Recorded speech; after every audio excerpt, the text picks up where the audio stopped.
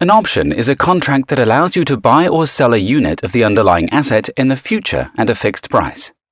Options come in call and put varieties. Let's take a closer look. Suppose that the current value of a company's stock is $100 per share. The buyer enters into a contract that grants the right to buy the asset at $100 per share for a limited period of time. This type of contract is called a call option, and the set price in the option contract is called the strike price.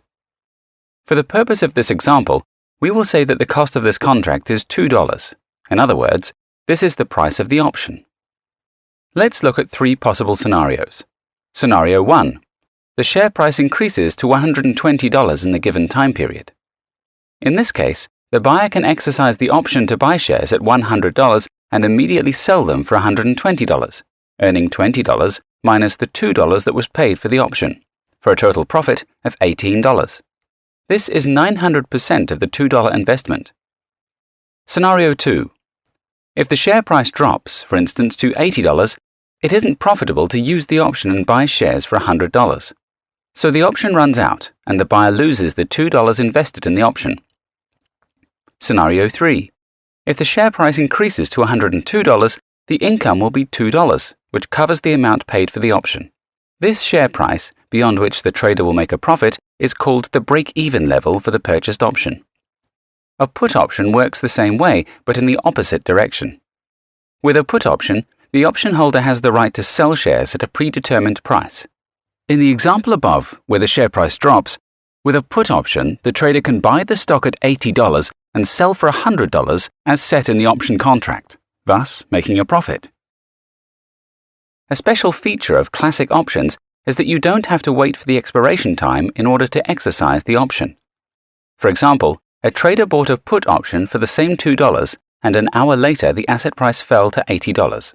The trader can sell the option whenever he wants in order to make a profit. The fixed price for buying or selling shares under a contract is called the strike price. In our previous example, the strike price was $100. For a call option, the higher the strike price is compared to the current share price, the cheaper the option. This is because the price is less likely to reach a higher strike price, although the potential profit is greater. Now consider a call option, in which the strike price is below the current share price.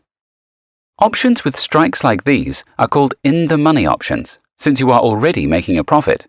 But the cost of such options is much higher and the profit percentage is lower. For a put option, everything works exactly the opposite.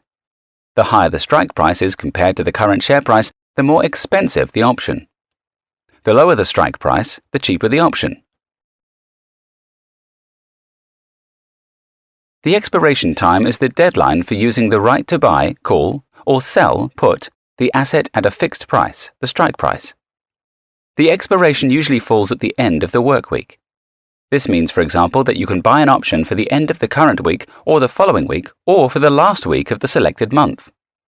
The farther the expiration is from the current date, the more likely the price of the asset will move in the direction the buyer wants, so the more expensive the option. The cost of options is determined by the market. We use 13 option exchanges.